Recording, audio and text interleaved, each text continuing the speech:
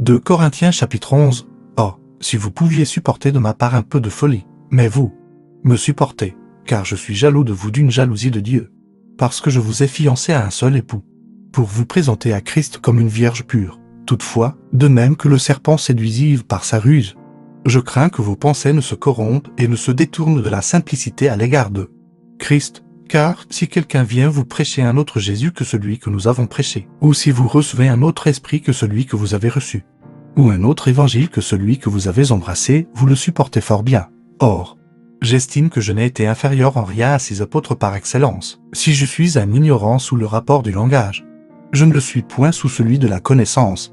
Et nous l'avons montré parmi vous à tous égards et en toutes choses. Ou bien, ai-je commis un péché parce que, m'abaissant moi-même afin que vous fussiez élevés, je vous ai annoncé gratuitement l'évangile de Dieu?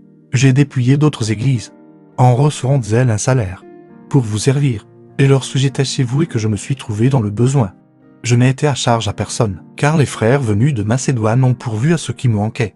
En toute chose je me suis gardé de vous être à charge et je m'en garderai, par la vérité de Christ qui est en moi. Je déclare que ce sujet de gloire ne me sera pas enlevé dans les contrées de l'Achaïe. Pourquoi? Parce que je ne vous aime pas, Dieu le sait, mais j'agirai de la sorte, pour ôter ce prétexte à ceux qui cherchent un prétexte, afin qu'ils soient trouvés tels que nous dans les choses dont ils se glorifient. Ces hommes-là sont de faux apôtres, des ouvriers trompeurs, déguisés en apôtres de Christ, et cela n'est pas étonnant, puisque Satan lui-même se déguise en ange de lumière.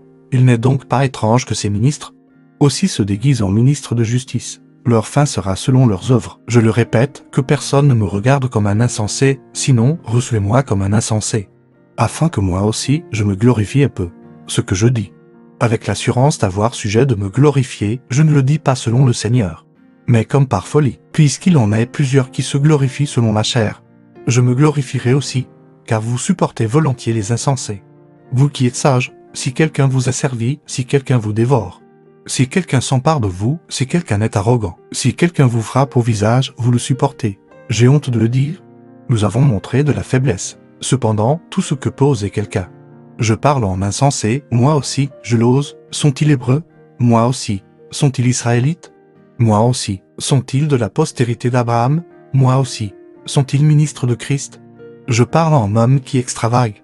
Je le suis plus encore, par les travaux, bien plus.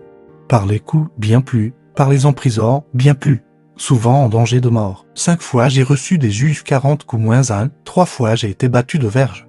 1 fois j'ai été lapidé, 3 fois j'ai fait naufrage. J'ai passé un jour et une nuit dans l'abîme, fréquemment en voyage. J'ai été en péril sur les fleuves, en péril de la part des brigands, en péril de la part de ceux de ma nation, en péril de la part des païens, en péril dans les villes, en péril dans les déserts, en péril sur la mer, en péril parmi les faux frères. J'ai été dans le travail et dans la peine, exposé à de nombreuses veilles, à la faim et à la soif, à des jeûnes multipliés, au froid et à la nudité, et sans parler d'autre chose. Je suis assiégé chaque jour par les soucis que me donnent toutes les églises. Qui est faible? Que je ne sois faible? Qui vient à tomber? Que je ne brûle?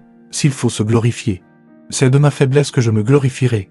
Dieu, qui est le Père du Seigneur Jésus, et qui est béni éternellement, sait que je ne mens point. À Dama, le gouverneur du roi Aréta faisait garder la ville des Damascéniens pour se saisir de moi. Mais on me descendit par une fenêtre, dont une corbeille, le long de la muraille, et j'échappai de leurs mains.